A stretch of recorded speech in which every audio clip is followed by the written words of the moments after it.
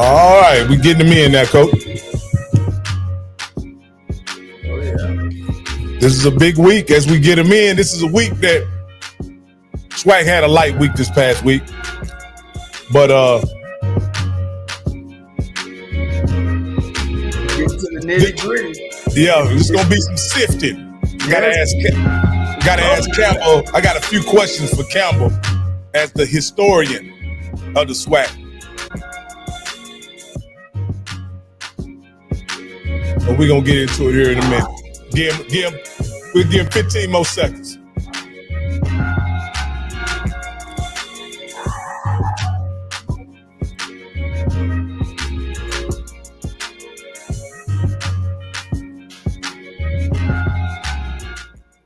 I'd like to welcome everybody to HBCU Coaches Corner. My name is Rocky Miller, your co-host, along with my other co-host, Mr. Stephen Campbell. And we have tonight our featured co-host on time and ready to go. He always seems to show up for the big interviews. So none other than my man, Johnny Cole.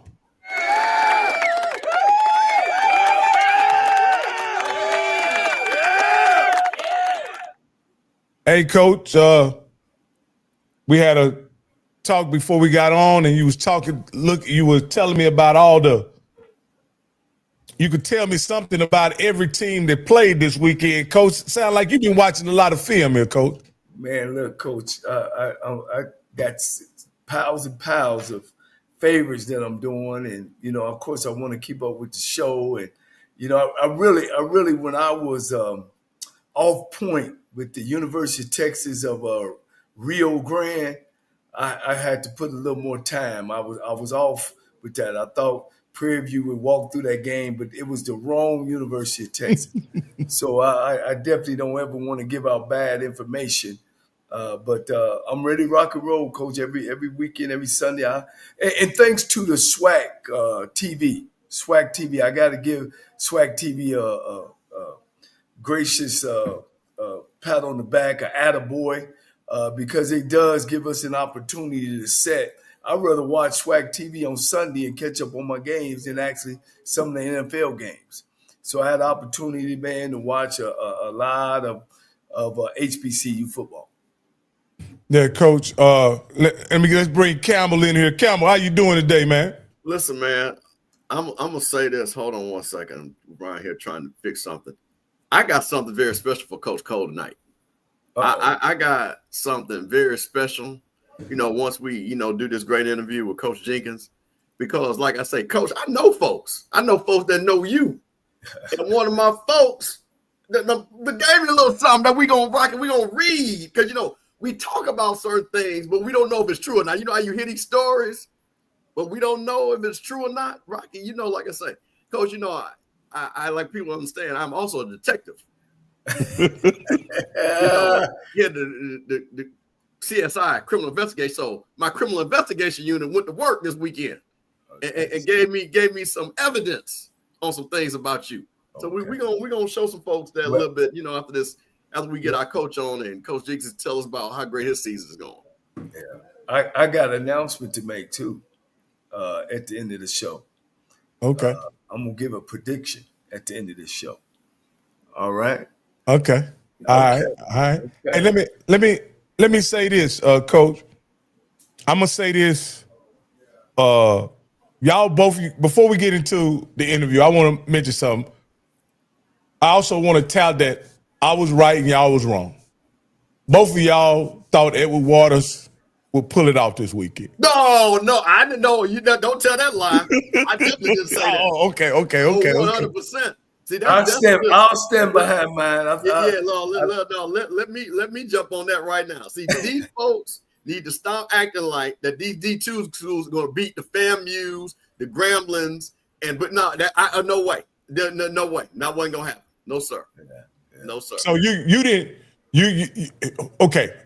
I would tell you, there was a lot of talk in the HBCU space about this being an upset alert. I'll just be fair. Like, this was an upset alert. But see, if you guys had to listen, see, that's why I set it up. What did I tell you guys about what Bethune-Cookman did against South Carolina State. Did I not say I saw a lot of good at the end of that game that is going to translate well to the next game? People say, oh, well, they only played the third string. And that wasn't the point.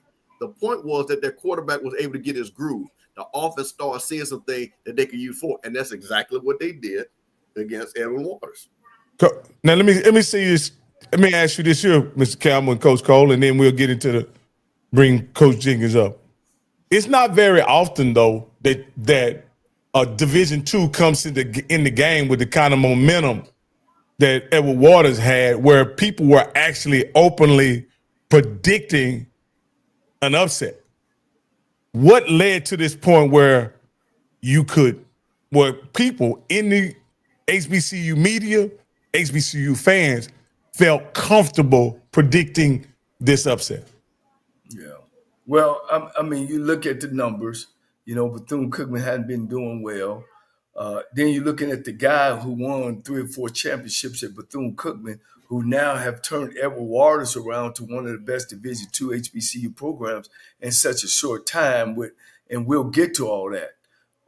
You know, I was sold too. I thought the game would be closer, but good for Bethune-Cookman, because we need Bethune-Cookman to play well, you know, in the SWAC. We need, you know, because, you know, you represent just not Bethune-Cookman, you represent the SWAC. And at the end of the day, a Division I school should be a Division II when you got 63 scholarships and I got 36, which I doubt that Edward Waters have. So, you know, all the numbers pointed towards that this will be an upset. Yeah. What about you, Campbell? Well, that's the thing. And Coach, I've been sitting up there when I heard it, you know, it was the same thing. Oh, Albany State's going to come up there and beat FAMU. I'm like, stop it. Just, you know. So I'm going to tell you what we got now. We got a lot of people that like to say stuff for shock value, but they don't have any basis on any analysis. So they say stuff for shock value. You're going to hear all these people predicting some of these games is going to be shock value. So XYZ school going to score 50 on XYZ school. And Coach, I had to look back. Other than, and give Teddy Keaton credit, I've been looking what Division II school and Miles, since we've been on, has beat FCS school, other than Teddy Keaton and Miles. Am I wrong? Beating Alabama State. That's the only two I can think of. You're muted, Coach. Yeah, no, you're absolutely right on that. So so when you start looking at it historically, that's why it's a big deal. So for me, I could just even look at the numbers like Coach likes to do, and I can sit and Coach makes a point. Those scholarships make a difference. They just make a difference. So again, unless you got a quarterback, now I understand what people always say, and again, like what Edward Waters doing, because I'm going to talk about the quarterback that they have, but I just don't see it enough for it to be comfortable. And I'll tell you this too: how many people actually watch Edward Waters play, unlike we do? See, these guys don't watch these guys play, and I know they don't because I hear them what they say. So my thing is, that's why you watch the Coaches Corner. They actually know because we're watching the games. We're watching the game, and we actually have a coach that tells you why they win. Now, Mark and I have our opinion. I think we got good opinions. But the one thing, and I'm going to keep saying this, and this ain't no disrespect to nobody, because everybody got a right to do shows, and this is great for the HBCU space. But I'm not going to sit up here and have somebody that ain't never played going to tell me that knows better than I'm going Ryan Clark on this. You ain't coached. So you can't sit back and tell a man that won a SWAC that it shouldn't be like that. What you win? Madden? NCAA? Have a little respect for the knowledge that you're getting on this show. So that's my thing. This is a very unique show that you get. And again, we're going to have a coach that won. We're going to talk to Brandy, has won HBCU National Championship. You can't tell him about winning. He knows about winning. That's the great thing about this show. So that's my thing. All right, Coach. But with no further ado, Coach, we're going to bring up somebody that you've known in the coaching business for some time, Coach. Yeah, I met Coach Jenkins back in 1995, coming out of University of Cincinnati, going to get in this business, and we've been close ever since. He's coached on both sides of the ball, Division I-A, as well as HBCU. I mean, his record is no stranger to black college football nor football, period. He won several championships at Bethune-Cookman. He's a winner. He's a strong head figure. I'm just glad that he was able to bounce back from all the BS, that people kind of held against him. And I know he's a religious man, and I'm going to tell him, and I know he in the background, that God has his way. He didn't want you at Central State. He had something waiting on you. And you making the spot, you showing people who you are. And I'm glad that it's happening for you. I'm glad that you've reached back and have pulled 2 coaches off the shelf, and not necessarily off the shelf per se, been long, but you've given 2 other coaches that's with you off the shelf, Coach Dooley and Coach Wilson, who I know are great and fine coaches, man. So my hat go off to you, and it's just a pleasure me having you coming on our show. And as I say, one of our fans or several of our fans wanted you on this show. So here we are, bring the man on, championship coach, Coach Brian Jenkins.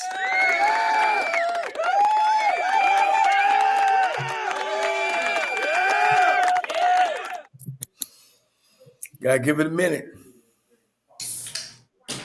Hey, Coach, are you there? I'm here. Yes, I'm here. Can you hear me? Yes, sir. We can. Okay. All righty. Coach Jenkins, I guess I'll get it started. There you go. There you go, Coach. I'm good. Go ahead. He got the big E on his chest. Coach Jenkins, man, thanks for coming out, man. Like I said, shit was harder getting in touch with you than Obama. Hell, I know you one of those coaches gonna put 24 hours in or what it takes to win. I know you that type of guy, man. Welcome to our show. Appreciate it. Glad you guys asked me to come on, and I'm looking forward to it. So I appreciate it very much. Yeah. Well, I'm just out the door. Man, what makes you a winner, Coach? Tell me something about you or the people should know about. Brian Jenkins is a winner. You was a great player at the University of Cincinnati. You've had a great career. And when you took over as head coach, you won at Bethune-Cookman. Same thing at Alabama State. Of course, things didn't go the right way. I know the things that went on there. But who is Brian Jenkins, Coach? Well, first of all, I'm a guy who has a strong belief and a strong faith in the Almighty. I always have. My mom, who's transitioned now, she was a minister that traveled in the world. And all she did her whole life was speak on the man upstairs. So I know what the man upstairs can do. And right now I'm living, when people talk about being restored, I'm living it. I'm living it right now, daily. So I'm a guy who believes in the higher power, and I'm very grateful and thankful for his grace and mercy of giving me another opportunity. As far as, sorry, my lights went out. But as far as, being a winner, I was bred to be a winner, from day one with a lot of the coaches and stuff that got a chance to put their hands on me from when I was young to now. Just being around guys like you, Johnny, coming up as a young coach, and around your brother LC, I would chase and run behind you guys when you guys are on top. And still, I tell guys today that some of the things that's done in college football, not just HBCU, but in college football, I saw Johnny, you do it first, and LC do it first. So, I want to make no mistake. I want to give you your respect and props, where it's due. And I remember sitting down with you, and sometimes you had to check me, put my attitude in check about things. So, that's what has made me a winner, being able to come up through the profession, sit down and talk with you, sit down and talk with LC and many other guys. I got a chance to talk to Eddie Robinson before and spend some time with him, just getting a chance to get taught by several people on the game of football first. And then I'm gonna tell this story. I remember the one time me and you were chalk talking, and I drew a play on the board, and you snapped because it wasn't good enough. It was raggedy. It was all over the place. And I remember you told me, if you don't have board etiquette, I don't care what you know, nobody's going to listen to you. So you better make sure you could draw that circle perfect. You could draw that line right. You can teach what's on that board. And, it's just things like that that's important. So I really took to that. I really did. And I'm grateful to this day for you teaching me that. But just being a man of faith, having people like you and many other special guys invest in me, and then taking pride in myself and the product that I put on the field, that's what has made me a winner. And I trust the process. The process is hard when it comes to winning, but I trust the process and I stick to the process. And thus far, it's been good for me. You're muted, Coach Cole. Coach, you're sitting at home. Matter of fact, I talked to Morgan when he was trying to make his decision on what he wanted to do, and then you get the call. I know you already, and people don't know that you were one of the top candidates for the Central State job. And the good Lord just did. He said that one ain't for you. I got one for you. Where you're from in Florida, I got one for you. But I know you was impatient. And then you get the call, I guess, from the president. Well, no, it's so crazy because you're right. I was in on the Central State job. I thought I had it. But I've interviewed for 5 head coaching jobs over the last 4 years, and to get right there to the end and then the door to close, Right. But this time, I was at home and I was actually trying to get over COVID, and Morgan calls me and tells me, he's resigned. He had already resigned and he was going to Tennessee State. And I really thought he was playing, because anybody that knows Timo, we know Timo got a crazy sense of humor, you know what I'm saying? And sometimes it's just bad timing. And so I hung up the phone. I got COVID and he called and I think he's playing, but I'm not trying to hear that. But then he called me back and he said, no, brother, I'm serious. You may need to get back to Jacksonville. And I just told him, I said, well, coach, if you're leaving, I need to come get my stuff. I didn't even think about the job, and then next thing you know, got a call from the acting AD, and then I got a call from the president, and we talked, and then he expressed having interest. And then when I did, get better and was able to travel, I traveled back to Jacksonville, and me and the president met for 3.5 hours. And we really sat and talked. And after talking to him, I realized, hey, I wanted the job, and he told me I was going to take the job. He said, you got no choice. You're going to take the job. And he gave me the interim title. And, for me, I didn't think anything about the interim title. I just thought about, hey, I'm the head coach. And so I took the bull by the horns and I ran with it. And I put together a good staff. And right now, this is the end result thus far. Yeah, I was going to ask you about your staff. And it was almost you were already set because you were thinking you were headed to Central State. But then, boom, this opportunity come. So I know those guys was like, all right, we headed to Central. No, we're not. We're going to Jacksonville, Florida. That's even better. Right. Well, you're correct. One or two of the guys I had some contact with, and about some other positions, at some other places. But when this went down, I just thought it was a no-brainer. And the one thing I wanted to do is surround myself with good people first. And then good men who would help me cultivate the culture here and build men, and 3 good football coaches. And when I called, all of them said they were ready to go. It was a no-brainer, and like I said, it's been nothing but good results from that. Yeah. Coach, one of those guys I'm familiar with, being that has followed the SWAC the last 5 years. One of the gentlemen, Coach Dooley, he's actually been on and been interviewed on this show. He went to Prairie View, had success, went to Southern with a lot of hoopla. They almost, if they probably could get a permit for a parade, Southern would have threw a parade for him. Right. And it just didn't quite turn out the way he would thought. And then he gets an opportunity to go to Grambling and then with you guys. How has he adjusted going from the D1 HBCU game to the D2 game?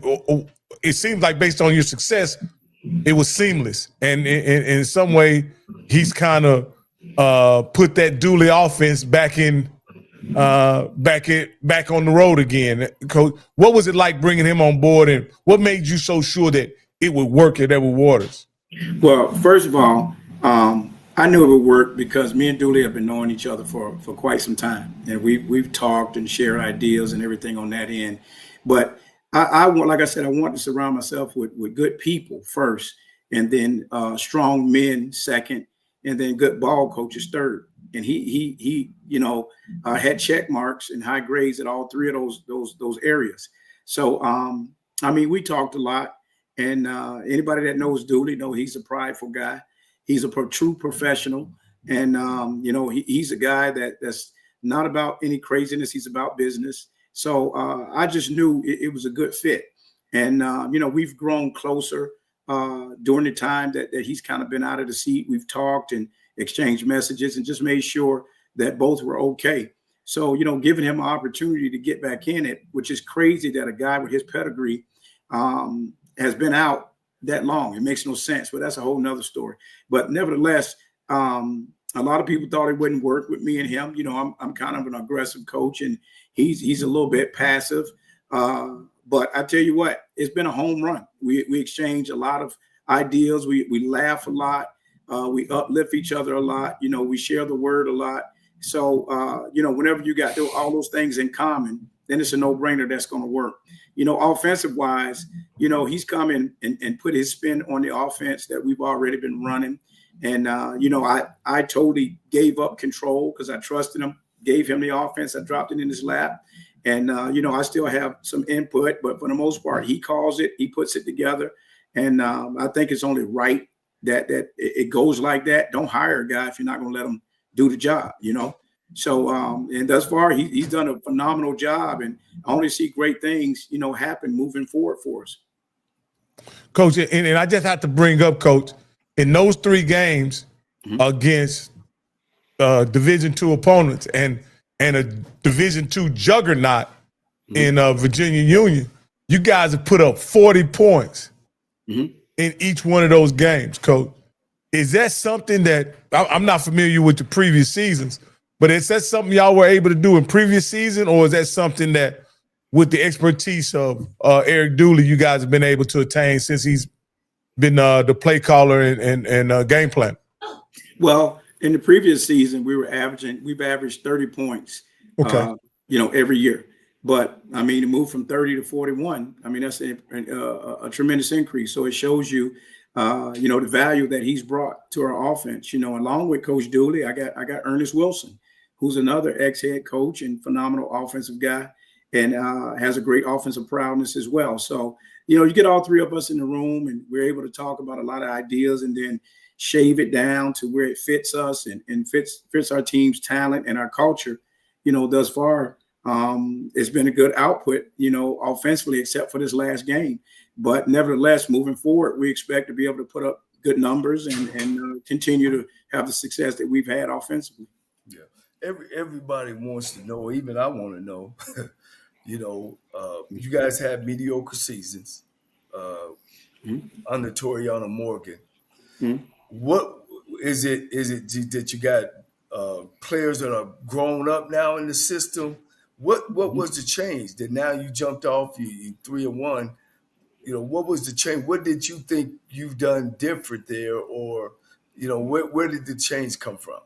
Well, first of all, you got to give Toriano Morgan his respect. When he took over the job, I mean, it was like starting with nothing. He was starting with the bare minimum, and we just kept getting better and putting things together every year. And a lot of those guys that are seniors now or juniors, or, that are much stronger or 20 pounds heavier or faster or understand the game of football. When Toriano first got him here, they didn't know those things. So, with Toriano, he cultivated those guys over the last couple of years. So you got to give him, some respect for, what he did over those years. And now, being able to drop him in my lap, the guys are older and now, they know what to expect. They're more seasoned. So now just continuing to do some of the things that we've done and when Toriano was here, as well as add my own flavor to it. And then to bring in the guys that I've been able to bring in, I think that was the last little bit of piece that needed to be done. And just so happened, it was done with Toriano moving on and me being put in the position to be the head coach. So I think it's a mixture of everything, and that's how I see it. So it's not all me, I think it's a mixture of everything. Yeah. And for folks that's watching, Coach Morgan went on to Tennessee State as the assistant offense coordinator. He also was a state champion high school coach out of Florida. He also was up underneath Barlow at Virginia State, where they won, and he was the offensive coordinator, put up extremely numbers. So, as like you said, I just wanted to reach out or say that as well, give him his flowers.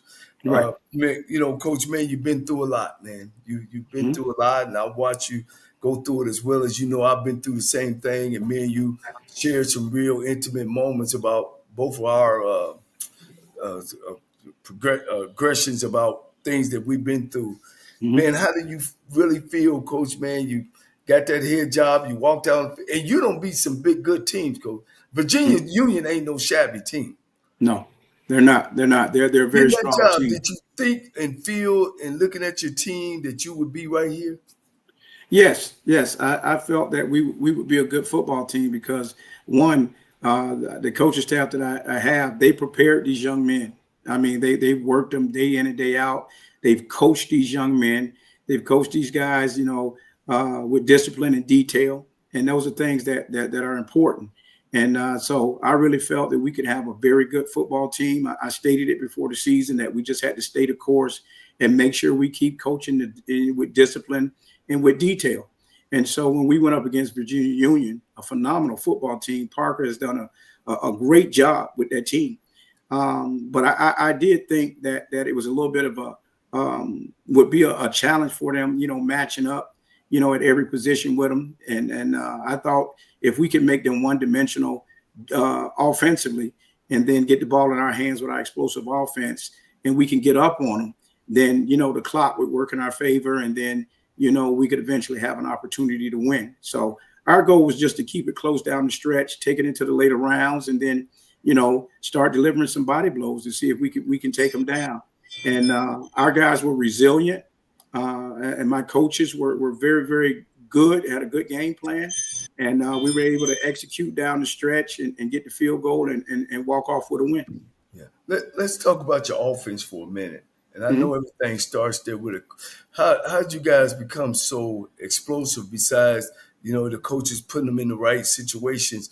I mean, who's this great quarterback you have and these wideouts and, y'all putting up big points and running the score up. And what's the name of your offense? Y'all run the what now?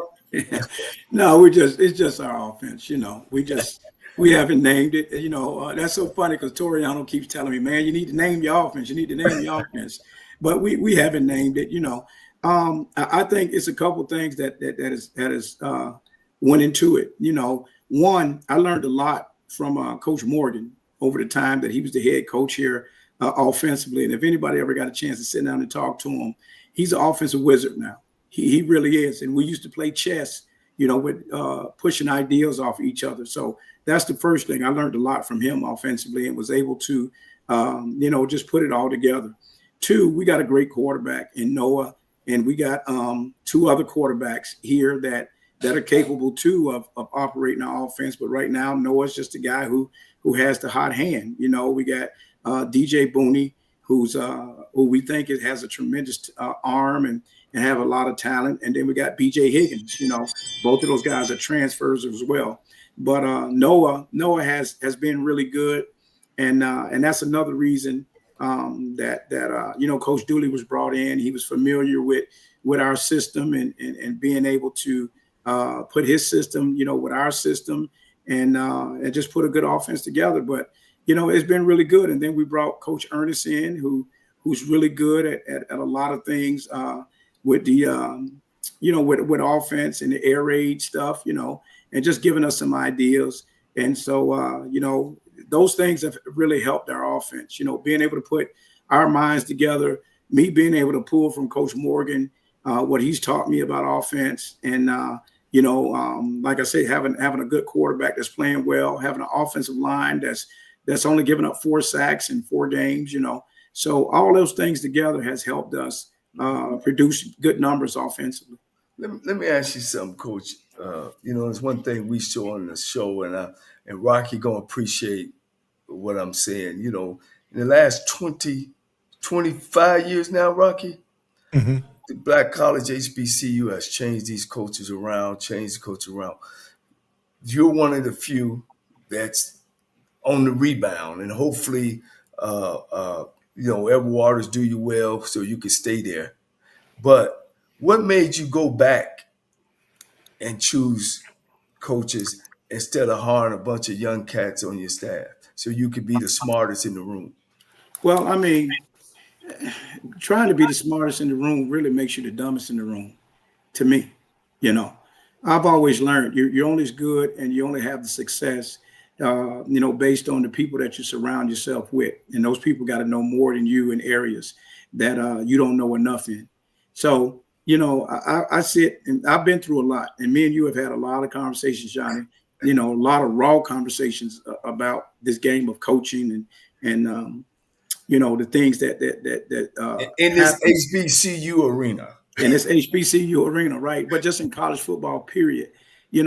And I just felt it was. I had to do it.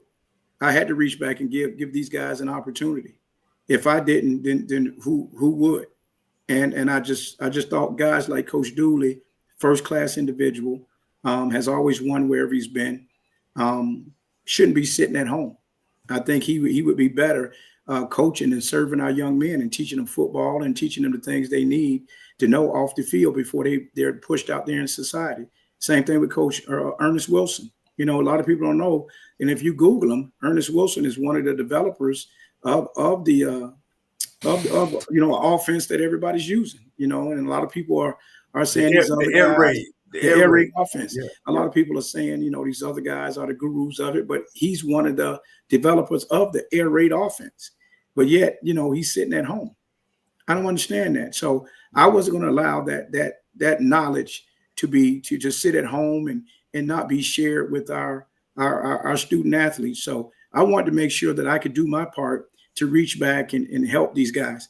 And the one thing I never want to happen, and I shared this with you, Johnny, I never want any coach to go through what you've been through or what I've been through, because that's not a good feeling. And I always said to you, and you always taught me, if you ever got a chance to lend a helping hand, make sure you reach back and you do it, because you're really investing in the future and you're investing in making change. So I've always stuck to that. And that's why I thought it was my responsibility to reach back and put these guys in a position that they can really, show their talents. And thus far, it's been good for me. God blessed me with the stage and the opportunity to do so, and I'm very grateful for that. And he blessed those guys with the mindset that I got to come and help me do this. And I tell you what, it's been very good thus far. Yeah. Coach, now, let me. You guys play Central State this year? Yes, we're playing for homecoming. Go ahead, Coach. I just had to ask. Johnny always mixing something up, right? Coach, I want to ask you this, because there's a staff in the SWAC that's been kind of beat up by the fan bases because of the age of their staff, right? And I'll even go for us to say the actual coaching staff. It's the Southern coaching staff, right? But it seems like you guys have used the knowledge, the seasoned knowledge, to almost present it as a cheat code to become successful at y'all level, right? Why? And I'm gonna ask you this: why hasn't experienced, seasoned, sage HBCU head coaches and coordinators hadn't been able to kind of like pass that knowledge on to these young coaches that are coming up in a dignified, seamless manner? It seems like, go ahead. You got to understand, times have changed, and young coaches don't want to be young coaches anymore. And when you get young coaches coming out of college and in 2 years they're coordinators, and then they're making all this money, they haven't been put through the mill, it's hard to teach them. I mean, what have they really learned? When I was coming up, we had to learn certain things, and like I say, Johnny, anytime Johnny saw me at the convention, hey, what time you gonna be free? I tell you what, meet me here at 7 o'clock. Meet me here at 8 o'clock. And it was chalk talk time to 10 or 11 o'clock. He made sure that if I was going to be out there interviewing, I knew what I was talking about. But I also showed up because I wanted to learn. But you don't have that these days. It's a lot different, you know. And like I say, young coaches don't want to be young coaches anymore. Young coaches want to come out and be coordinators and head coaches. And a lot of times they may know football, but do they know situations? You know, and that's big in order to be a successful head coach. You got to know situations. You can know all the football and all the big words you want, but you got to know situations. You know football, but do you know players? You know football, but do you know the right culture? You know football, but do you know the right temperature of your team?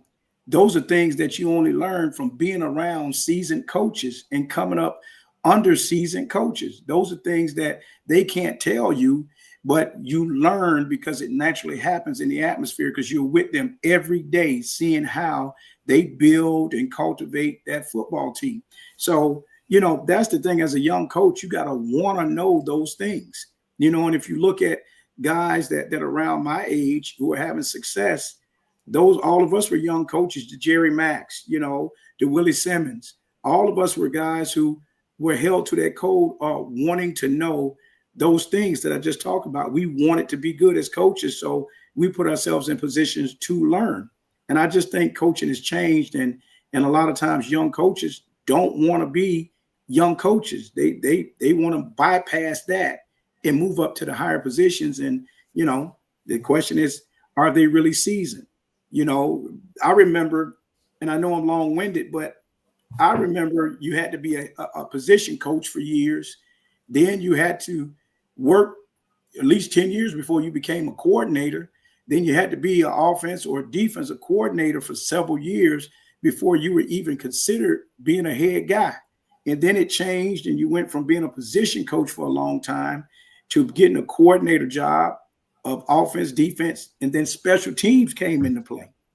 And then you got considered to be a head coach. Well, now, shit, you got guys coming out, they're 2-year wide receiver coaches, and then damn, the next thing you know, they're head coach at a major Power 5, and they hadn't done nothing. So then you wonder why they're not successful, or they're not seasoned. They may know football, the X's and O's, but you got to be seasoned as a coach to be able to run and really build a program. And I just don't think these young guys are taking the time to get seasoned before they're being presented with these positions. Yeah. But go ahead, guys. I'm gonna let y'all have it. Me and Jake, we'll talk down the road some more. I'm gonna let the Rattler, because I know you put plenty foot in those Rattlers over the years. He's sitting there frowning. I'm wondering what's wrong with him. But come on, I'm ready. Come on. Evidently, you'll spoil a lot of Rattler homecomings. Listen, that's why they call me the Rattler. Florida Classic. I'm all right. They call me the Rattler Killer, so ain't nothing changed. You muted, Mr. Campbell. We can't hear you. I said, Coach, I came in peace. You see the background. I came in peace. Trying to have a peace offering, and here you go. You cannot forget your background. You know, the people you surround yourself with sometimes make you act up. So I'm sorry. I apologize. I try to come in peace. You know, we know you gave us that decade of misery down there, family. You was almost half of that misery. We understand that. You know, won national championships while we were trying to find out what that even meant for during that time. But that's okay. That's okay. Right. But we're going. I'm going to bring it to two things because as the conversation went, I want to talk about Noah Body. And I want to kind of set up what's been amazing. So when Noah Body came in, he came in doing the same class as Shedeur Sanders and Andrew Body. So for people like me that are big SWAC guys, I thought we were going to have that Grambling Jack State battle for these guys, you know, from freshman all the way to senior year. You know, Andrew Body being the Texas Southern. Well, of course, Noah had, as they say, took a path a little bit different than Shedeur and Andrew. How has he been able to look at his career as somebody that was really a top recruit coming from New York City, going to Grambling, going to Southern, and now there and having success? Talk about that young man and his perseverance, and what do you see in him and how he's been a leader for your team? Oh, man, I tell you what, his perseverance is truly unmeasurable. It really is. You know, to come out. First of all, let me say this. First of all, why I got respect for Noah and why I really believe and really just think the world of Noah. When Noah came out of high school, Noah was one of the top quarterbacks in the nation and could have went to any Power 5 school, multiple Power 5 schools, Power 4 schools. Everybody wanted Noah. He was right up there. Noah put it out there that he wanted to go to an HBCU. You got to take your hat off to the young man. He didn't fall for the fool's gold. He wanted to go to HBCU, and he chose to go to a HBCU.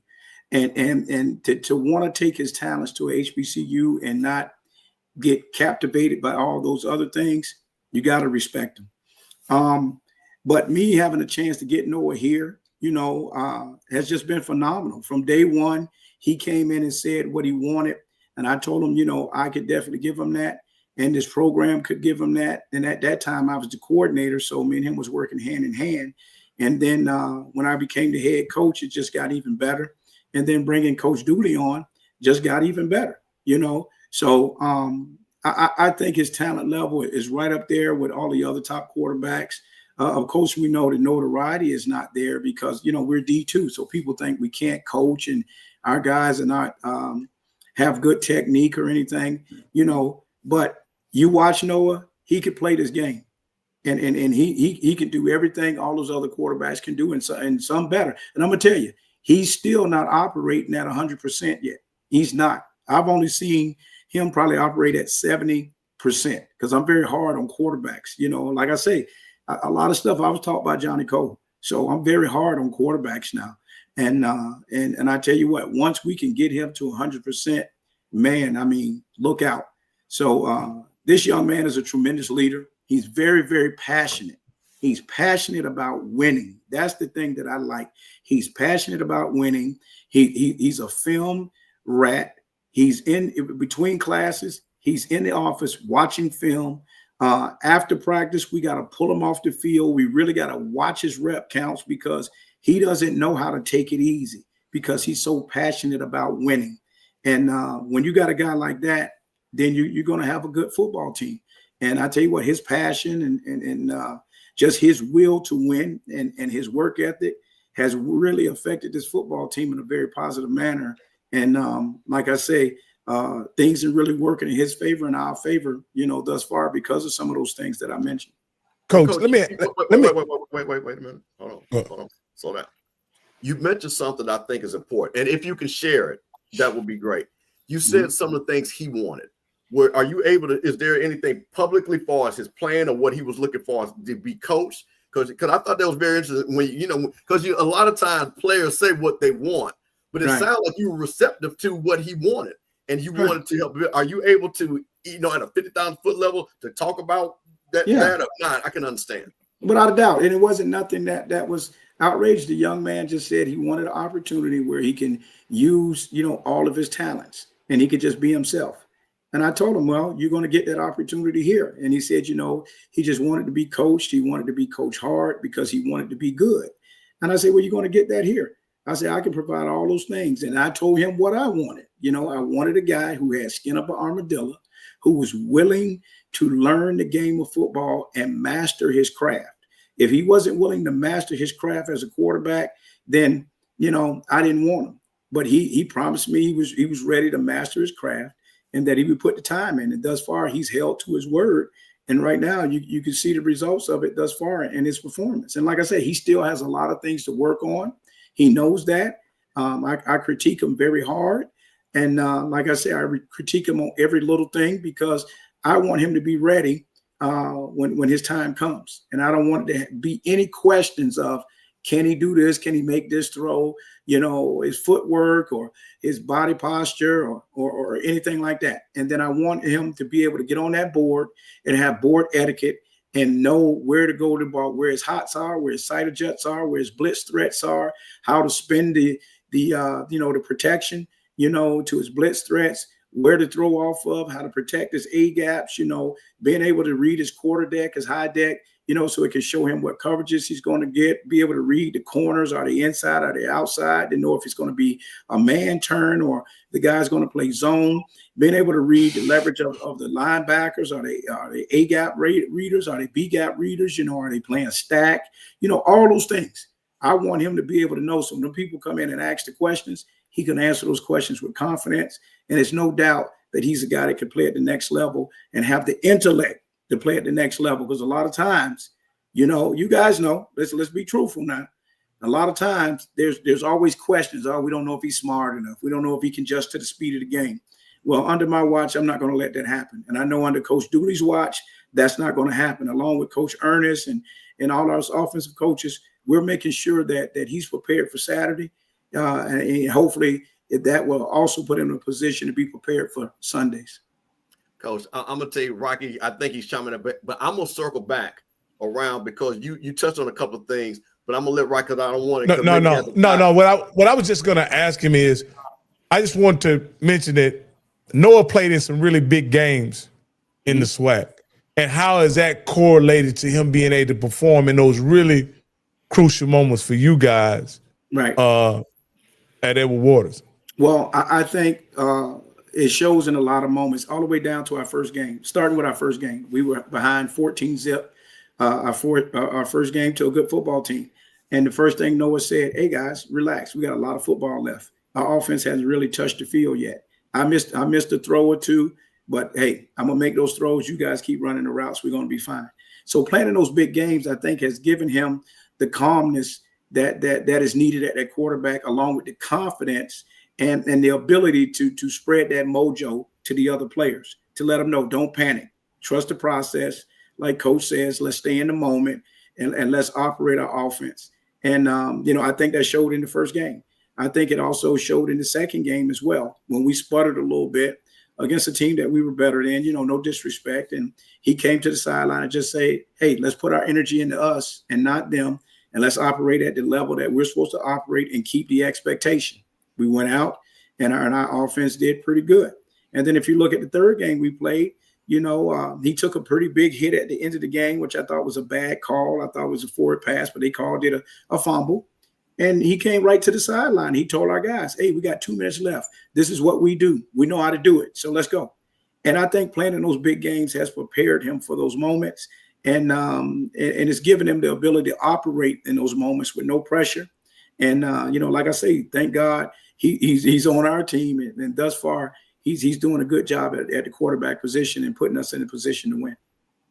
Coach, one of the things I wanted to ask you about, and this is kind of what we're seeing at L1, you all have a very young, dynamic president, Dr. Faison. How has he been able to, because you see the enrollment growing, you're seeing things. He's a young, I heard he's a big football fan, a big fan of yours. That's why he even said, hey, I need you to stay. I heard at the Golden Grapevine, he was like, do not leave. We're going to take it. Talk about how much that means to have that type of support from the president, and a little bit about this young brother that's leading the university. Yes, I tell you what, Dr. Faison is a phenomenal guy. He's strictly business now. He's strictly business. He's about business. If you're not about business, he's not going to have you around him. And he's a competitor. He's a competitor at all levels. He wants to make sure that he's top shelf in everything. There's nothing he's going to do secondhand or second class. That's him. It's either first class, top shelf, or it's nothing. And that's how he is, and then on Saturdays, not even Saturdays, you get to Wednesday, we know we're going to look up in the press box and he's up there at practice. Sometimes he comes on the field, and then on Saturday, he's our biggest cheerleader. He's our biggest cheerleader. He wants to win. Make no bones about that. Now, he makes it very clear. The business is about winning, and he wants to win, and he'll do everything he can do to help you. I know thus far he's given me everything I've asked for, and it's helped us on Saturday. So he's a phenomenal guy, and my interaction with him has been very solid. The thing that I like about him is I can talk to him. I can talk to him just like me and you are talking right now. I don't have to go in and be a certain way or change. I can talk to him just like we're talking. And that's the thing that I like. And he's going to give you straight answers. If you don't want a straight answer, don't ask him. He's that solid to me. So I really appreciate him. And, I'm really humble and glad that he's given me this opportunity, because I'm going to tell you this. And this means a lot to me. And I think what I'm about to say is going to kind of close the top on a lot of things. I'll never forget that him, Dr. Faison, and our AD at the time, Paul Bryant, was the only ones that were willing to give me a chance, along with, Toriana Morgan. Those three guys, Toriana Morgan, Dr. Faison, and Paul Bryant, were the three brothers that were willing to give me a chance when nobody else would. I'll never forget that. I will never forget that. Coach, I'm gonna get on my soapbox and then I'm gonna turn it over. But I think this is very important. And let me just tell you some of my role here on this show. I am a big proponent of coaches like you, because what I do, I have a big following, a lot of people.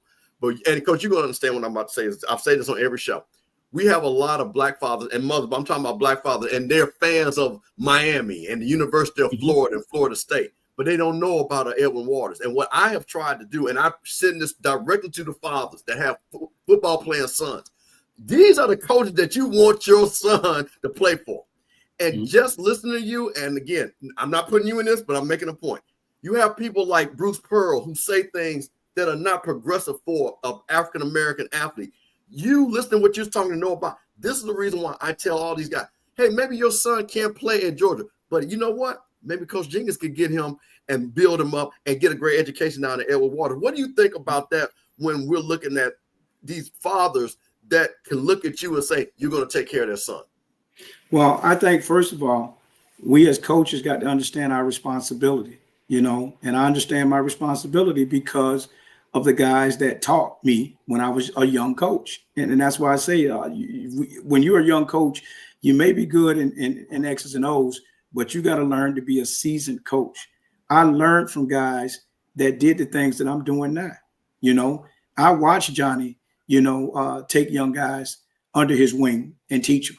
And the one thing Johnny always told me, when you become a coach, you better be ready to be a part-time father to some of these guys. You better be ready. You better be ready to put time into these guys. And sometimes you're putting more time into these guys than you're putting into your own kids. And if you're not prepared to do that at 100%, then don't get in this coaching profession, because this coaching profession is serious. It's about saving lives. I remember that speech. I remember sitting at the table and Johnny drilling me on that. So, I am the way I am because, like I said, of the guys that taught me. And we as Black coaches have to understand the importance in our role of teaching other young men that look like us. And if we don't understand the importance of it, then we are failing them, no matter if we're at HBCUs or PWIs. Our role as African-American coaches play an important part in the success of these young men. And we got to understand that. We got to understand that it's not just about money. We're never going to make enough money. We're always going to want more. If you got $1 million and somebody say, I'll offer you $1.5 million, I'll take it. If you got $1.5 million and somebody say, I'm gonna offer you $3 million, you know what? I'm gonna leave here. I'm gonna go there. But you got to realize it's not always about money. And then you got to understand your calling. With this thing with Edward Waters, I understand my calling. I understand that this is the time and this is the place that God has called me for. And so I'm going to put everything I have in it. And the only way I can repay God for what he's done is to invest in these young men and put everything into them. I'm not looking to get anything back. But if I want to continue to be blessed in every way, I just got to continue to honor the position that I'm in right now that God has placed me in. And that's the thing that I understand. A lot of times we as coaches chase things that are not good for us. And then we miss our calling. And we as African-American men have to understand that when you're placed in that coach's role, you got to accept your calling and where your calling is at. Because if you don't, it's not just about you. It's not just about you. So I think the sooner we can understand that as African-American coaches, the better off we'll be. Coach, thank you so much, Coach Jenkins. And Coach Jenkins, let me ask you this here, Coach, because I noticed something. The timing of your how can I say, your permanent appointment was kind of peculiar to me. You had a 3-game winning streak. You guys had put up 40 points, and you were on your way to your old stomping ground, Coach. I just got to ask you, was it a coincidence that you got locked down just before going to a familiar spot where there are familiar people in a familiar place? Other people may consider it a coincidence, but I don't, because like I say, me and not Coach, but Dr. Faison, we've had conversations, and then in those conversations, he's expressed some things that he wanted, and it happened. So I'm very grateful for him. He trusted me after 3 games to be the head coach here, and I will say he's been very fair, and I'm just very grateful and thankful. And like I said before at the beginning of the show, I'm living the part of being restored. I mean, I'm living it, so I don't think it's so much about what Dr. Faison has done. I just think he's being directed in the part of what I'm living, and that's being restored by the Almighty. And so, when you accept that, then things like this happen, and I don't question it. I'm just thankful for being in his grace and mercy. And I'm thankful for Dr. Faison giving me the opportunity, so whether if it came now or later, it was going to happen. And I'm just grateful that it happened now. And, I just keep doing what I've been called to do. Coach, even though this is in HBCUs, and I'll let the 2 HBCU guys comment on this, or if they choose to, as much as people love their HBCUs and really champion HBCUs, there are not a lot of stories about being restored, given second chances. In some cases, the rhetoric is that we're much harder on one another than the world is hard on us, right? And I just know that I'm happy to hear within the HBCU space that there are men that are willing to invest in one another. And I consider your story something that we all can be encouraged by the simple fact of you're a man that did the work, proven that he's qualified to be in the position that he's in, and he was rewarded with what you consider a fair contract and a fair opportunity. And I think that's encouraging as I follow HBCU sports, because we don't hear enough of those stories. I'll just put it like that, Coach Jenkins. We don't hear enough of those stories. But you got to understand how I was able to get here, and how I was able to maintain, my mental side, and able to endure, what I've been through. And I was able to do it because I've had many conversations with Johnny Cole. I've had many conversations and given some directions by Johnny. Hey, you listen now, you're at this point, don't do this. All right, be careful, do this. You got this, what you need to think about, reach out to this, go over here to this. I know you don't want to, but go over here to this, and, and this and that, and so, being able to have that outlet or that channel has helped prepare me and put me in this place. And then, like I say, being able to correct some things about myself and just being real with myself, and going to the Almighty and praying and staying prayerful. When you got those kind of outlets, things are going to improve, and things are going to happen. So, like I say, that's why I think it's my duty to reach back and help guys and create opportunities for others. And this is just a start for me being able to help, brothers like Coach Dooley and Coach Ernest, there's some other stuff that I'm working on to hopefully create a bigger stage that will be able to do something, in the future for some other guys. So, but like I said, I had a great outlet with Johnny. I mean, it's many nights we've been on the phone and I don't broke down crying and it was just ready to shut it all down. And no, you're not shutting it down. We're going to find a way to push you through, so when you got supporters like that, and then you're willing as a man to accept your faults, and then you're willing to get on your knees and pray for forgiveness and redemption, it can happen. And why it's happening to me and it haven't happened to others, I don't know, but I'm just very thankful and appreciative of God's grace and appreciative of the outlets, and the channels that I've been able to have to get me, to this point. But that's great, Coach. And so I think I can check off this Sunday my church sermon, Coach, because I think we did a good job today, Coach. I think I may have to check with him. I may have enough hours to get Sunday credit, get credit for Sunday. But anyway, Coach. But I wanted to say this, Coach. We go to huh? That's all you need is your communion now. Yeah. But Coach, we're gonna talk a little ball right here before we wrap you up, Coach. You guys got an interesting schedule, Coach. You got Morehouse coming up next. Mm-hmm. Kentucky State, who gave Grambling fits.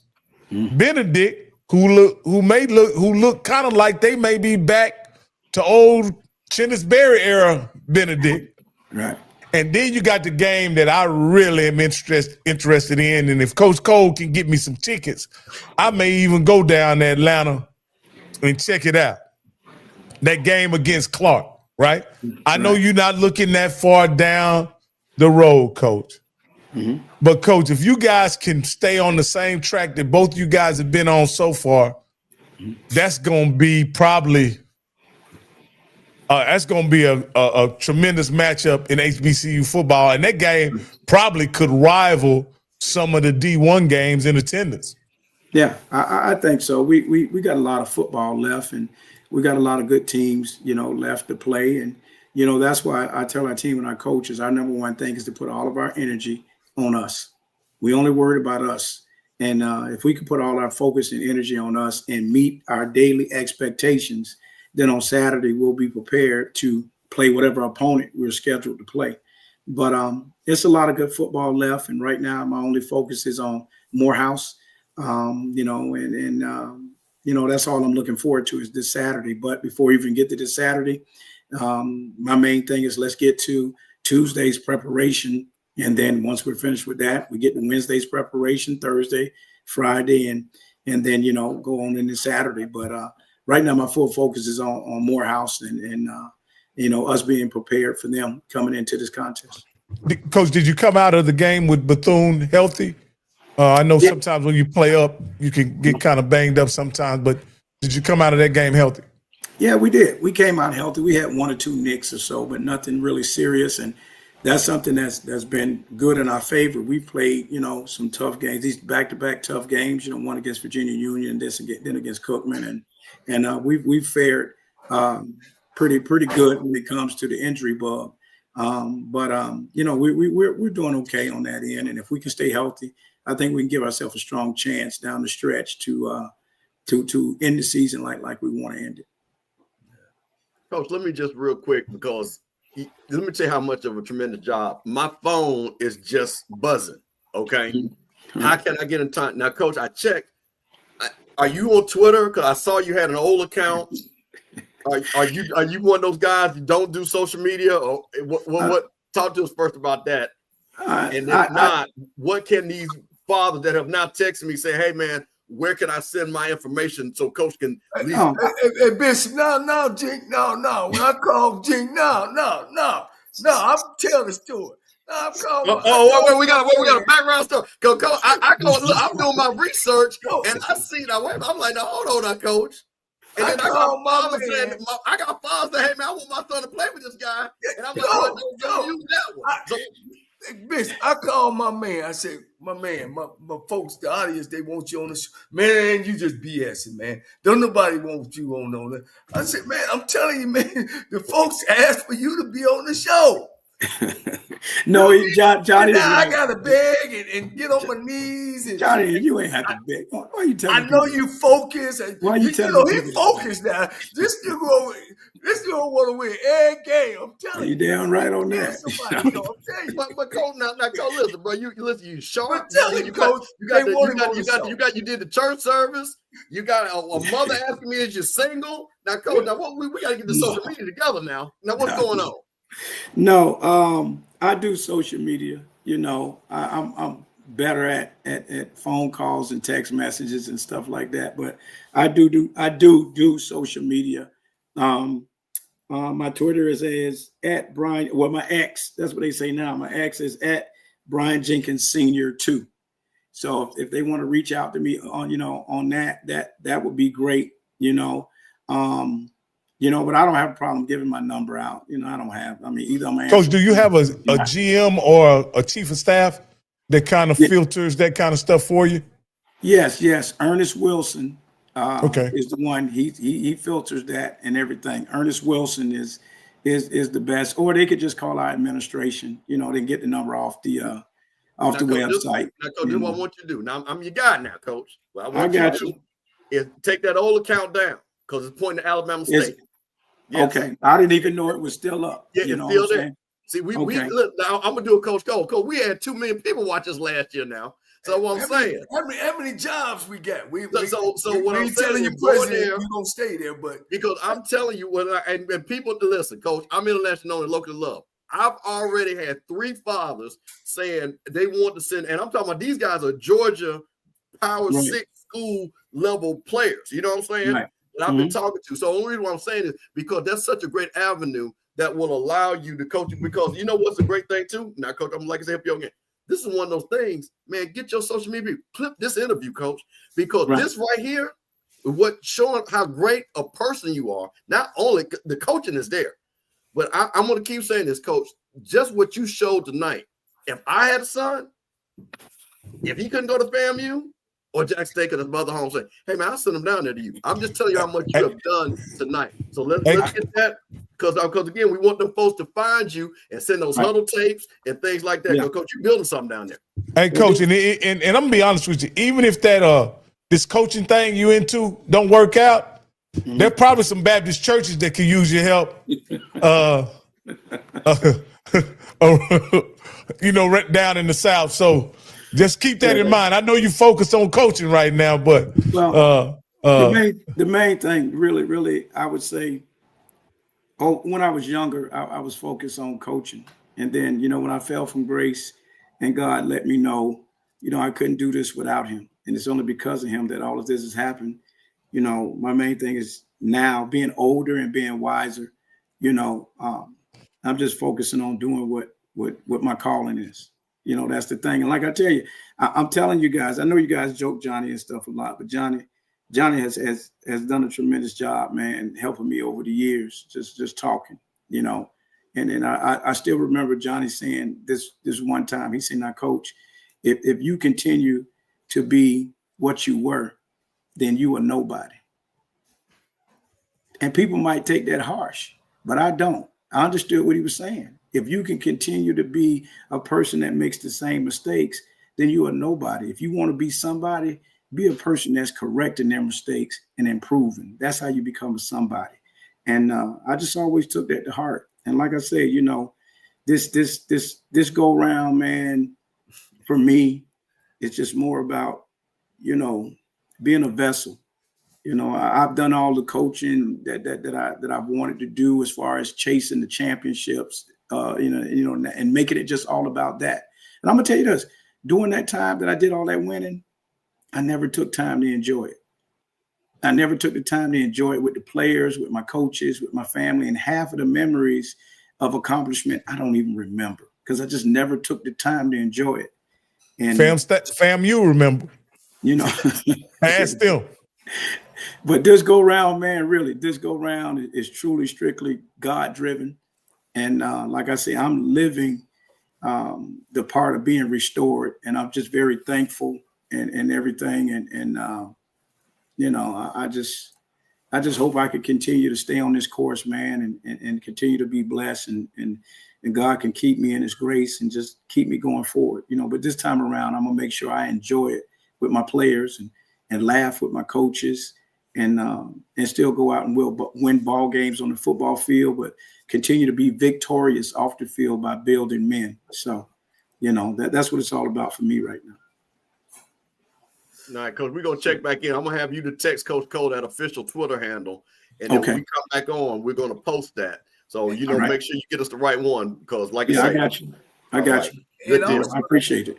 And also, if y'all got some type of fundraiser for your program, shoot it to me and we can kind of throw that up or bring y'all back on and y'all kind of talk about that because we've kind of reached out. What we have Prairie View, North Carolina Central, Clark. Several schools. I already got that right here. Yeah. So if y'all got something like that going, Jenkins, or if you got something, You can go straight to the athletic annual fund, or you can go to baseball fund, football fund, or track and field. You can donate to whoever you want to donate right there on the Edward Waters website. Yeah. I just put the link in the chat. So, well, Coach, I'm gonna do you one more solid, Coach, because we got a lot of Edward Waters alumni that are watching, right? Mm-hmm. So I'm gonna say this because this coach whooped our team behind. Y'all got a good coach. Now, Coach, I helped raise $100,000 for FAMU. So I'm challenging all you folks watching this YouTube to click that link because if you want your coach to win championships, it costs money. Yes. It costs money. So don't talk about, don't pat him on the back, talking about what a great job, hand him a check. That's what the pat on the back he needs. So I'm challenging everybody that's watching this to support this coach because you got a winner down there. Thank you. I appreciate that. I know you've been working hard, coming off the bus trip, all that great stuff, man. I appreciate you coming out and giving us your time. You are one of the favorites on our show, whether you think that or not. People haven't forgot you and what you stood for and what you're about. So everybody ain't forgot you, but like you say, man, you know, God walking with you in this path.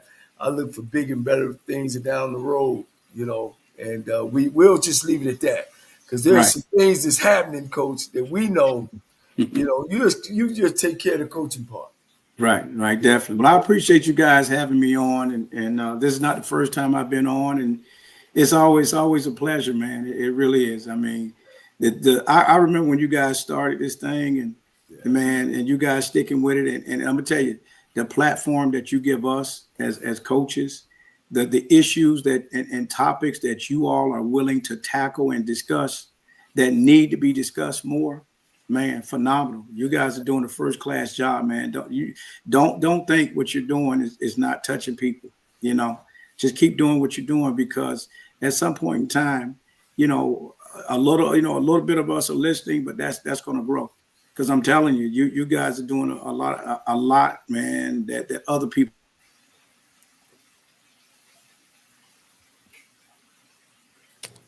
oh man, he may have, hey Coach, he may have got him. The electricity may have went out on him, Coach. Hey, well, the lights already done went out.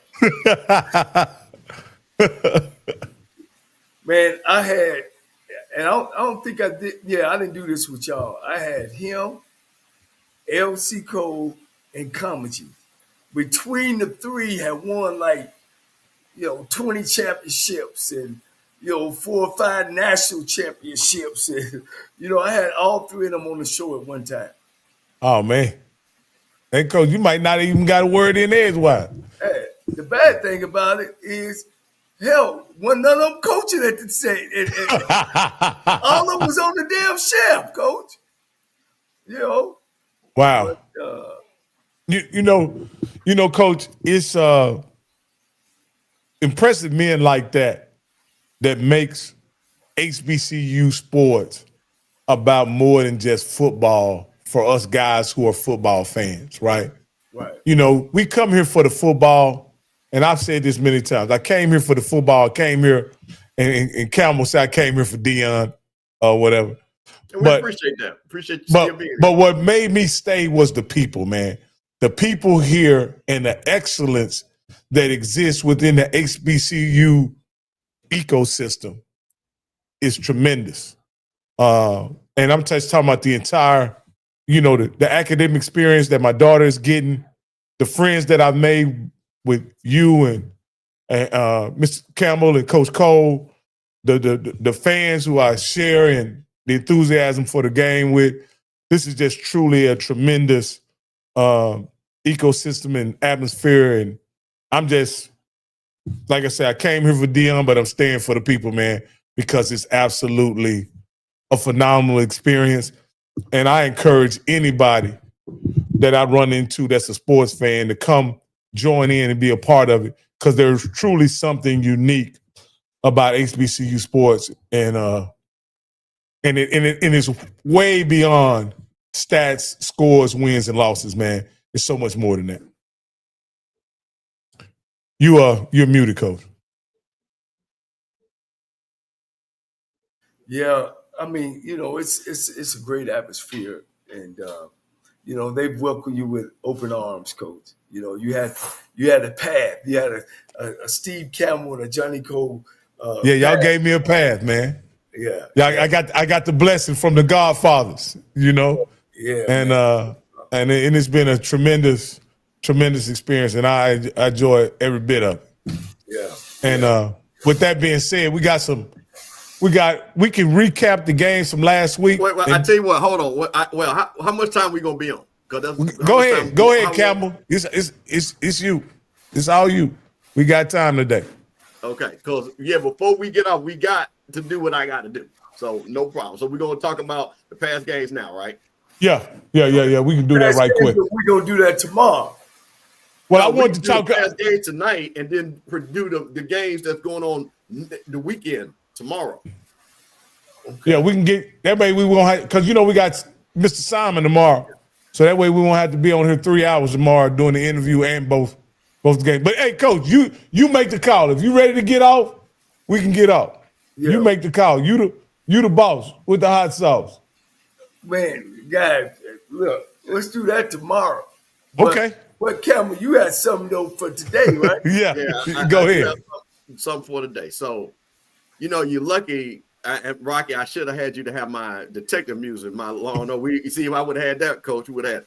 So, Coach, I go way back. I go way back. So, people talk about the legend of Johnny Cole. On the count of three, if you at home with me. 1, 2, 3. Everybody. That ain't it. That definitely ain't it. But go ahead. Okay. So you Rocky, you come on here and you talk about this legendary night, about Coach Cole. Yeah, exactly. Like I say, the two sides of the justice system. So, Coach, I'm a detective. You know what I'm saying? I'm the head. So, Coach, I had to, because I've been hearing about this game, right? And you're talking about it. So, a lot of people say, I don't believe Coach Cole did all that. Man, he don't look like he could have played quarterback. So I'm gonna share my screen because I had to put my crack investigative staff together here, Coach. Let me make sure my crack investigative staff together. There we go. Let's see here. There we go. And look at what they came up with. Okay, can you all see this right here? Do I need to make that bigger? Yeah, if you can. Let's see if I can. How about that? Oh, yeah. I see something there. Okay. You see the Southwestern Athletic Conference 1985 media guide. Okay. Oh, my goodness. Now, how about that? But wait a minute. Not only do we have a media guide, there's an article right here. Says long wait pays dividends for Cole. Do we see this, folks? Man, why I can't see that? You can't see that, Cole? Let me make it a little bit bigger. Okay, let's try it like that. You can see that? Oh, I'm still loaded. It says long wait pays dividend for Cole.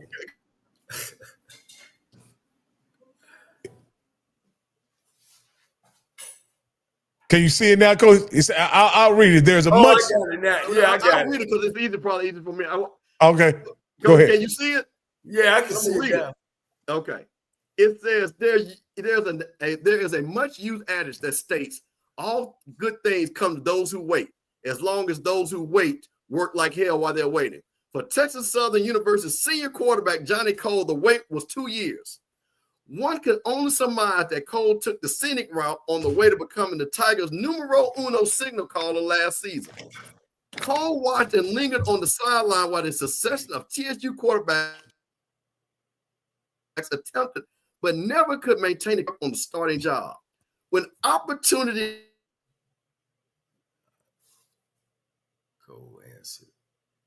doesn't plan to relinquish anytime soon.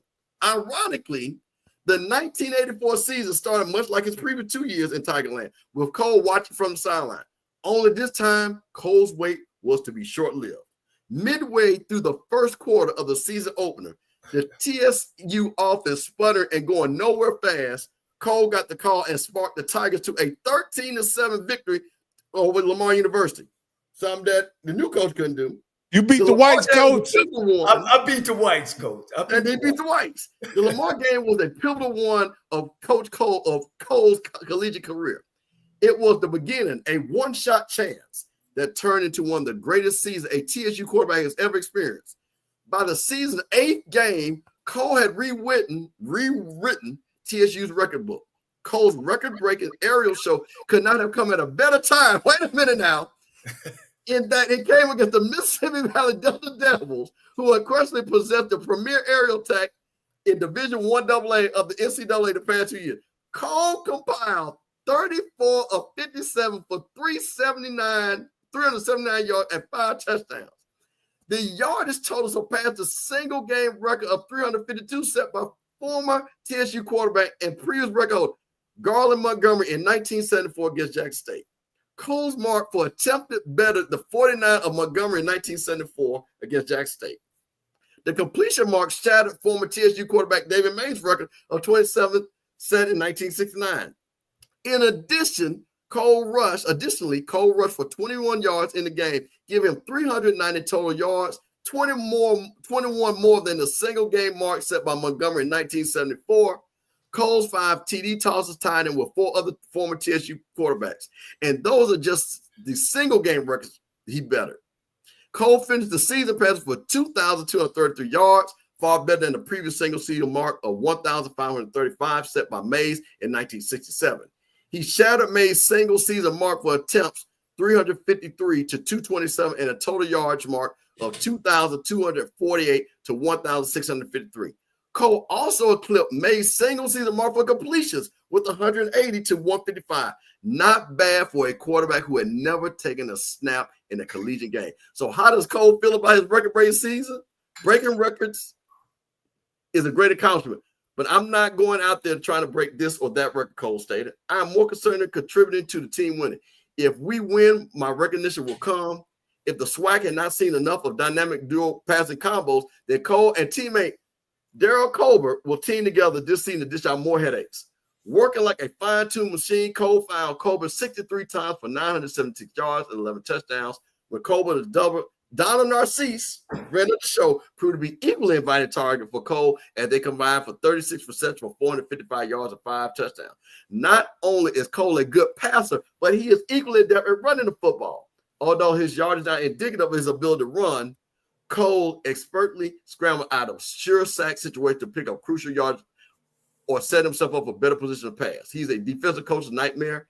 The spring Cole in a practice not fresh as some of the other players because immediately following the 1984 football game, he donned a basketball uniform to play. What else? The point guard position for the Tigers basketball team, and one of his best assets is to lead. Once he got the opportunity to play, Cole's Tiger teammates right around him like he's a seasoned veteran. How about that, Coach? See, Coach, don't play with me. Do not play with the detective.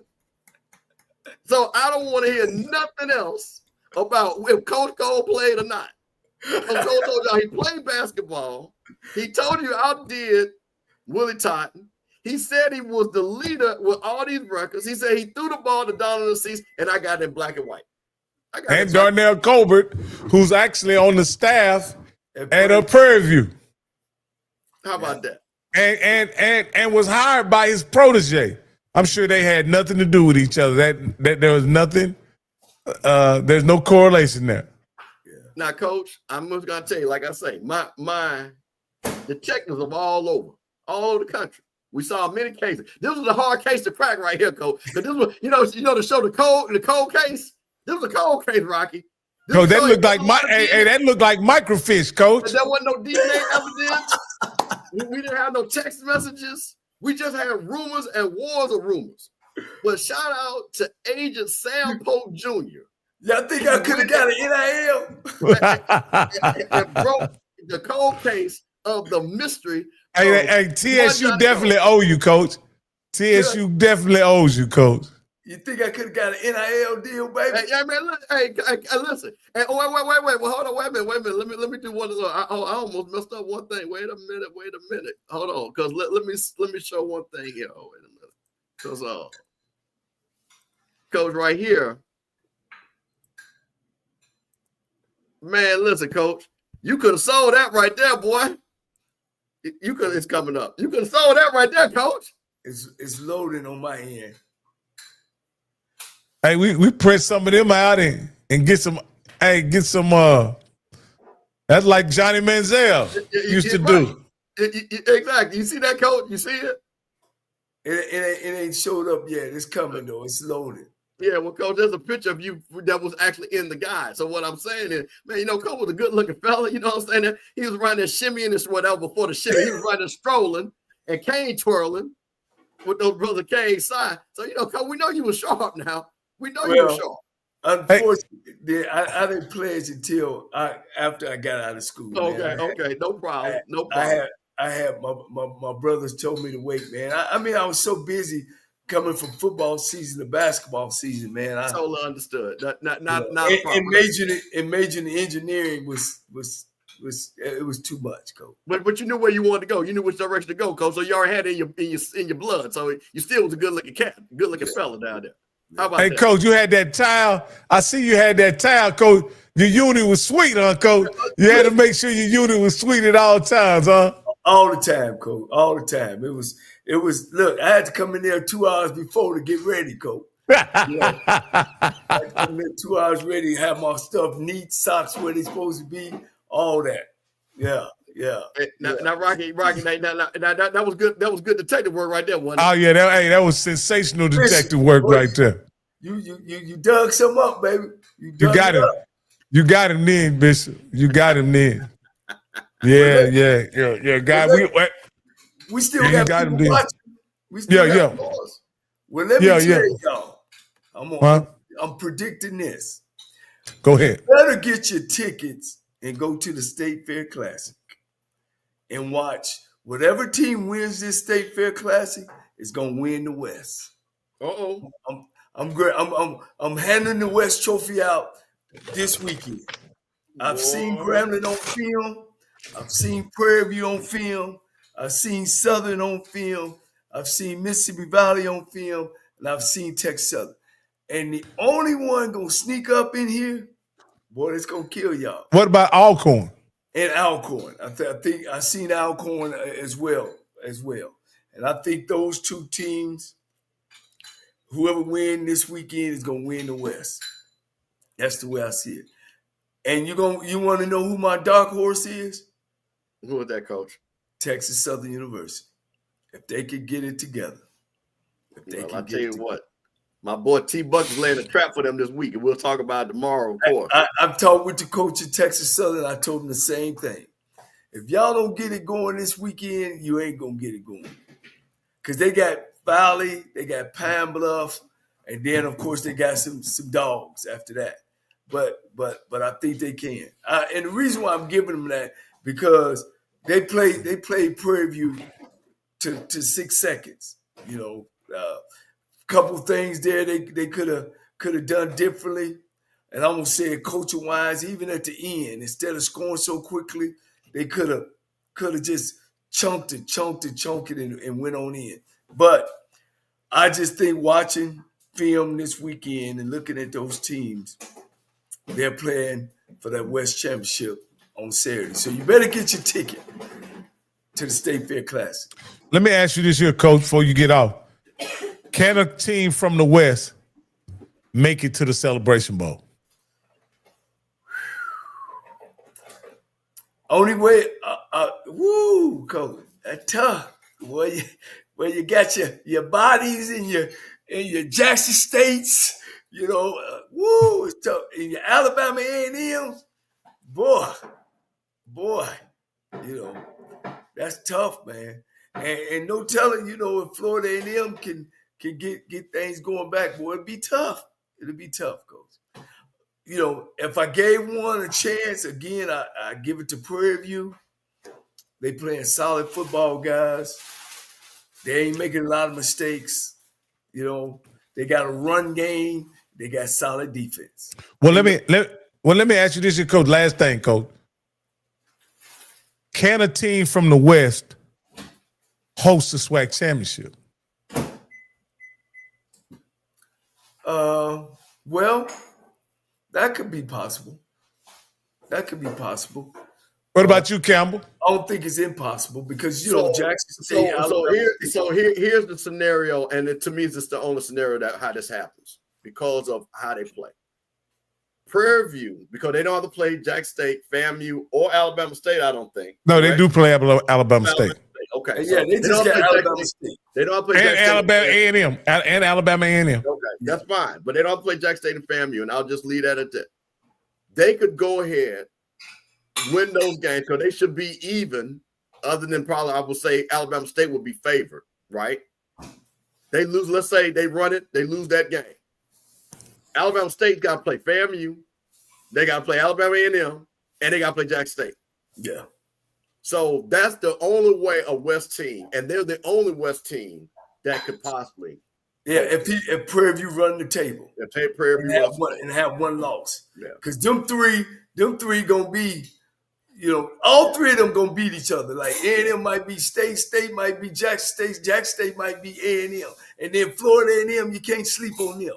They might throw over there. So that's what I'm thinking is whoever wins the West, the East, could have one loss, possibly two losses. Right. I'm being honest with you. When you look at Jackson State, I for a long time I thought they were the class of that East Division, and I still think they are. But I don't think they're that far ahead of everybody I thought they were. Well, they're better than that. There's several classy teams. A&M, Alabama State, Jackson State, Florida A&M. You can't count Florida A&M out. You can't do it. And like you say, those schools going to bounce on each other, man. And Texas Southern, man, is a sleeper. Now, and people, let me ask again, I don't know right offhand. Is the Grambling Jackson State a conference game or is it a non-conference game? I don't know. Jackson State and who? Grambling in Las Vegas. Because if it's a conference game, so to Coach Cole's point, let's say it's not a conference game. Once again, Grambling doesn't have to play FAMU. Grambling's sitting up there, to your point, Coach. What I like what you're saying. Now I understand what you're going. Grambling could be sitting in that same position. They'd be Prairie View because they're avoiding some of the big. Oh, see, okay, so see that right there. That JSU game just kills them. Yeah, just kills them. Yeah, because that's why Grambling got to win this weekend. Yeah, so if that's a conference, Grambling got to win this weekend. Prairie View is the only school in the West that's got a shot. And here's the other thing where it sets up for Prairie View. Prairie View actually colludes to Grambling and Southern, but guess what? Both of them play Jackson State, and they play each other. Yeah. Prairie View's in a good situation. That's why was that Southern game? Was that Southern Jackson State game a conference game? It's going to be a conference game. That's why. Oh yeah. Well, so look at it. Prairie View literally could have two losses and still win the conference by a game on the West, and that's why Grambling got to win this weekend. And let the audience know both of those guys work for me. So I've been. Those are your proteges, Coach. Those are your proteges. I've been texting both of them, but I said, "Boy, I can't believe that I got two cats. That one that played coach wide receiver for me. The other one was a great recruiter, and I just man, I can't get a ticket to the game." But, hey, Coach, and they both beat the Whites last week, Coach. That's right. Hey, guys, and Bishop, I watched both of them games, man. East Texas, they ain't no bad football program. No, they're not. They not. You know what I'm saying? And of course, Northwestern ain't the 1-20 team they used to be. I'm thinking they getting over that hump. They had some players. So it's going to be an exciting game, and I'm going to get in town on that Friday. And if you want to catch up with me, I'm at the Lowe's Anatole. So, but once I get to the game, I'm up in the suite with my turkey legs and my fried Snickers and my fried ice cream, and I'm going to be in the Jack Daniels room. Hold on. I got one more other thing. One more thing. Hold on. That I want to share. And let me pull this up. Shout out. Like I said, I'm gonna repeat myself. You better go to the State Fair Classic because that game gonna determine who's gonna represent the West. So this is my friend's mother, Miss Ann Williams, class of 1959. Zoom in, Coach. Who would you say? Can you zoom in? I don't know if you can. Yeah. How about that? Oh, there you go. So she listens to the show. Her daughter went to FAMU with me, and she listened to the show, and she was going to make sure that she was going to get this picture. So now Coach Jackson and Coach Joseph, listen, she listened to the show. She's a big fan. Now she's a Prairie View person. And listen, Coach, let me tell you what her daughter told me. Coach, every year for their fundraiser, she bought 2 tables, Coach. 2 tables. Wow. She's been doing it for 30 plus years. 2 tables. So man, you gotta send me that picture so I can send it to the boys. Yeah, absolutely. So this is what's so great about our alumni and the family. You know what I mean? She's a proud Prairie View Panther, class of 1959. She said, because I told her to go up to Coach Jackson and tell him that you watch him on the show. He better give you that picture. So clearly Coach Jackson and Coach Joseph gave the picture. And I appreciate the coaches, again, for, doing this. So this is just awesome, friends of the show. But this just shows, again, Rocky, and your daughter will be this person, and Coach and I are moving at and all this. This is what this is about. Class of 1959, and she's still supporting her university with her money and her time. Wow. That is awesome. I think 88 years old, 88 years young. How about that? 88 years young. That's right. That's right, guys. That's right. Awesome. That's awesome right there, man. That's awesome. Boy, that's what it's about, man. So people are so crazy. Talking about Tremaine is on the left. Who's on the right? that's Mickey Joseph, the head coach of the Grambling State Tigers. So are they not Grambling State anymore? Yes, they are Grambling State. Yeah, oh, okay. Because I see them listed as Grambling University sometimes. Or maybe people just mess it up. No, they're still Grambling State. That is still their official name. Man, okay, gotcha. Man, again, thank you, Bishop, man, for solidifying me. But I couldn't do it without y'all 2 guys, man. And things are happening great. Oh yeah, I've reached out to Stedman Graham and Rudy Johnson. They've been going around to HBCUs and having town hall meetings, talking about HBCUs and why we need them and that stuff. And they're gonna give me a time that they want to come on to our show. And they flying to other schools, and having these town hall meetings. And so that's one of the things what's happening. And of course, I'm still waiting on Deshaun Jackson and my man's team to get with me. We've been kind of missing calls and that kind of thing. But tomorrow we're looking to try to have Curtis Simon, who is the CEO and part founder in the HBCU TV Go, so we can kind of have some questions to ask him about what's going on with HBCU Go. And of course, now we got SWAC TV, and then we got ESPN, and see where they fit at and all that. So we got some things happening on our show. And again, go to the State Fair Classic this weekend, get your ticket. Everybody is so close, you can fly in there for a little bit of nothing. I just wanted to make sure that I said that. But great game this weekend. Grambling State University versus Prairie View A&M. It's going to be a good one, Coach. It's going to be a real good one. Yeah. I'm out of here. He really was out of here, wasn't he? Yeah, no. I was going to let you take us out of here, Coach. Get together tomorrow. Love you guys. Take care. Like I always say, if you feel yourself at the end of the rope, tie a knot and hold on tight, because ain't nobody bad like you.